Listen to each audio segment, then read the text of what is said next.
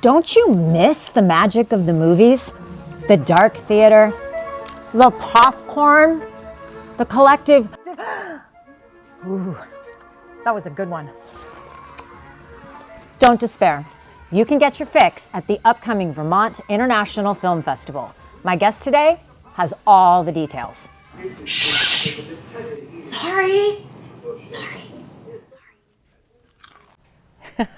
Hello, Vermont. Movies. Yay, I love movies, evidently. And even more obviously, I love going to the movies. But that's getting harder and harder to do these days, with big screens all over Vermont, all over the country, shuttering. My guest today has lots of thoughts about that, and he's helping to keep film going alive in Burlington, where we lost our only remaining first-run movie theater, the Roxy, last year. Steve MacQueen is the executive director of the Vermont International Film Festival, celebrating its 40th anniversary this year with more than 60 films from 40 countries, including several major international prize winners. And you get to watch them in a theater, surrounded by other film fans. Steve MacQueen, welcome. Thanks for having me. I'm excited to talk movies. You ready to talk movies? I'm ready to talk movies. Okay. Always. So marquee questions first. Okay. What is the Vermont International Film Festival and when is it? The Vermont International Film Festival is a 10-day celebration of international independent film, sort of a love-in for moviegoers, cineasts, cinephiles, people who just love movies. And it happens at the Main Street Landing from October 17 through 26. Okay. And so what kind of films are we talking about? I mean, I know no blockbusters.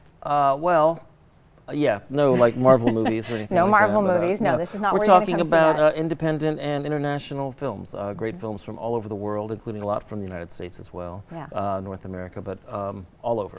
All over. And documentaries, short films. Every what's the basic range? kind of thing you can imagine. Short films, long films, documentaries, fiction films, hybrid, strange docu-fiction films, all kinds of stuff. Anything that you are particularly excited about?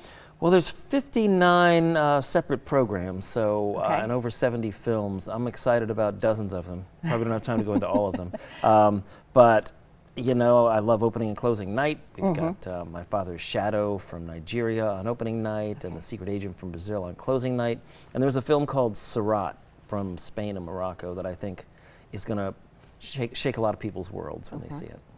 So going to watch foreign films, some people are intimidated by the foreign film experience. What do you think is the best way to just relax into enjoying an international film, foreign film? Well, it's a story. I mean, it's the way you relax into any kind of story. I guess I've heard that some people have problems with subtitles. I don't understand that myself. Like we can all read. You can keep up with the subtitles. Yeah, you we can read. Problems. You know, subtitling is an art. We actually had that 2 years ago. Somebody came and described how films are subtitled and did a great kind of talk about how there are people whose profession is to distill a much longer speech into something that will get to the gist of it in a subtitle. I mean, you're just reading a little bit, but the story is the same, the passion's the same. What I love about international films and film in general is it takes you a place where maybe you haven't been before. And you get to experience a place you have not been before. And in that place, they often speak a different language, so you read it. I don't have an issue with that. So you're just going to relax, enjoy, let the whole thing That's right. I feel no need to defend subtitles. That's how we watch the films. I agree. The only time I've had an issue with subtitles is I did watch a film in VO in France once upon a time, and it turned out that the VO, which I thought would be in English, turned out to be in Chinese. And so subsequently I had French for the language track, Chinese for the subtitled track, and I walked out with an entirely different impression about what this movie was about when I actually did see it. But that's not going to happen. That's not going to happen. That's not going to happen. Okay, so what makes going to a film festival different than going to the movies? Well, every film is an event. Every film you're seeing, that's your opportunity to see it. It's kind of one and done. Sometimes two and gone. But that's an event. It's like popcorn popping, and you know, there's movies here, movies there, and then in the lobby you're discussing movies with other people that are deeply into movies. You're not just brushing shoulders with people as they come in and go out. You're really kind of in the conversation.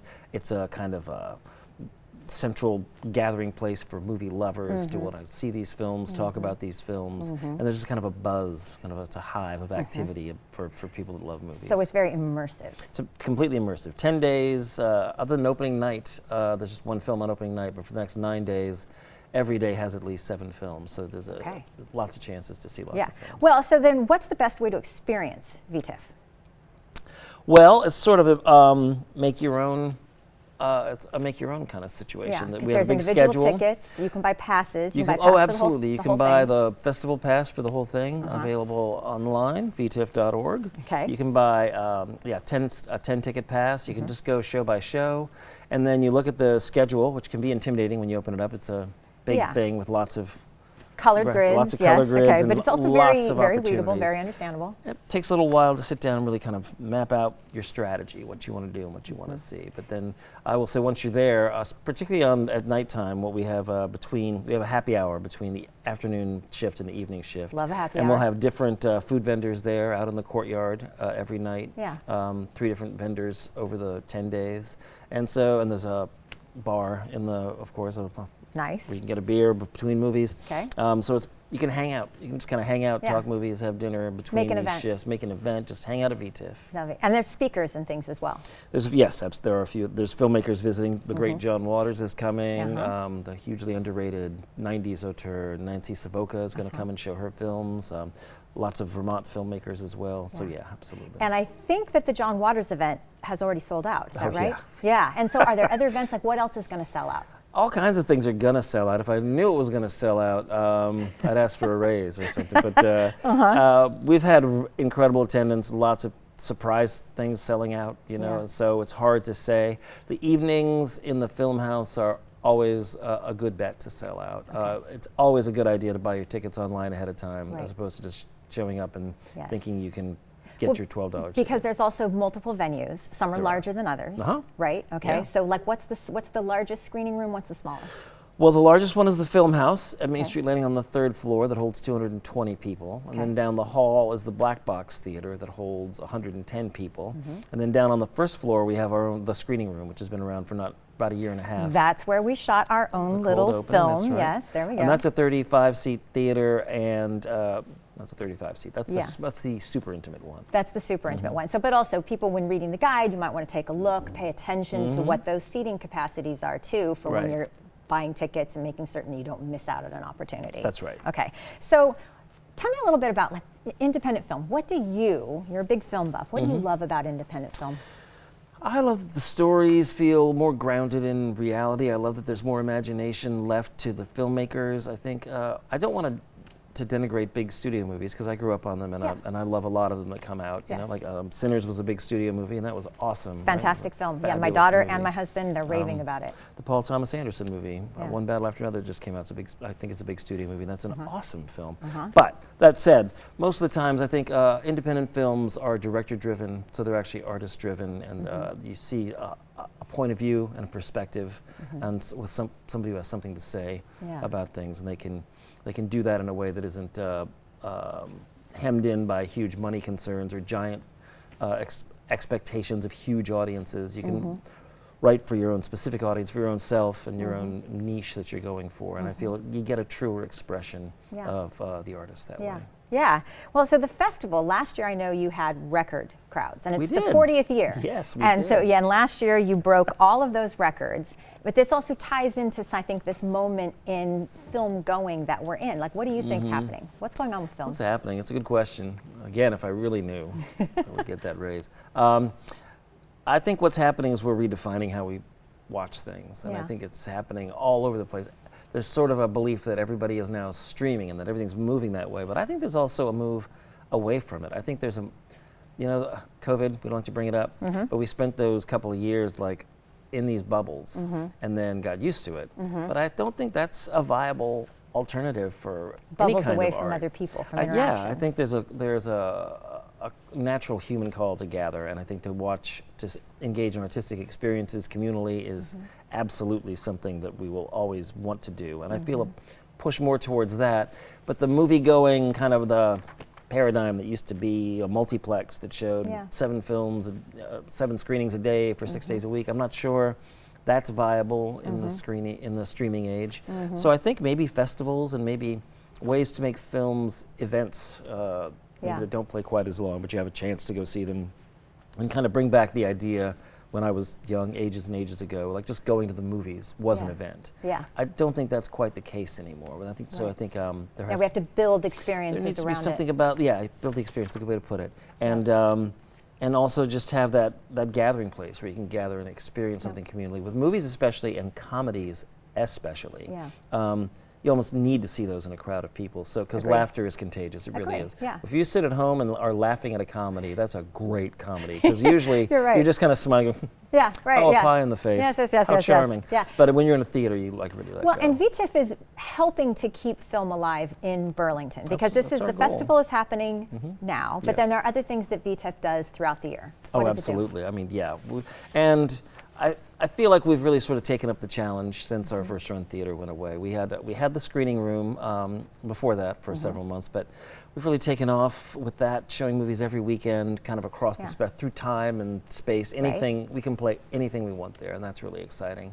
To date, from January 1 to now, we've shown, I think, 73 movies in there, and we'll show more than 100 by the time the year's over, which is great. Up in the big theater, we used to do one monthly kind of contemporary indie a month previously. So at this point in the year, say 3 years ago, we'd shown 8. Right now, we've shown 29, so we'll show probably 35 or 40 before that's over. So people are thirsty for movies. People are thirsty for movies, and that doesn't count the things like our Made Here Festival that we do, which shows short films from all over New England and Quebec, about 40 of those. It doesn't count the Silent Movie Day we just did at BBCO, or the movies we do in the park with BCA. So we're doing anything we can to engage people in different spaces, but to see films, to come and engage in films. We've actually sort of tailed off on the virtual end to really push the gathering in place. Okay, so Desert Island question to take us out. There's a theater on your desert island. What's the film? There's a theater. There's a power source. I shouldn't dig too deeply on this. Don't think too deep. Where's the grid? One film. How's it? Yeah. Oh, one film. It's run by Coconut. Well, that's impossible. I would take like one of these box sets or something. A box set. A full box set. By which director? Oh, maybe. There's that Fellini box set or the Kurosawa box, a big thing. So you are an auteur all the way to the end. Well, if I'm on a desert island, I'm not going to watch The Towering Inferno forever, right? But something like that. Yeah. Maybe just take Citizen Kane and just watch it over and over and over. All right. Well, movie lovers, for the full festival program, tickets and more information on the films, parties, speakers, and special events going on during the Vermont International Film Festival. Also, just in general, everything that VTIF brings. Check out the VTIF website. Information is right there on the screen. Steve MacQueen, I will see you at the movies. I'll be there. As always, Vermont, thank you for learning and exploring with me today, and thanks to the team that makes Across the Fence possible. I'm Amy Finley. This is Across the Fence. Come back and let's learn and explore again tomorrow.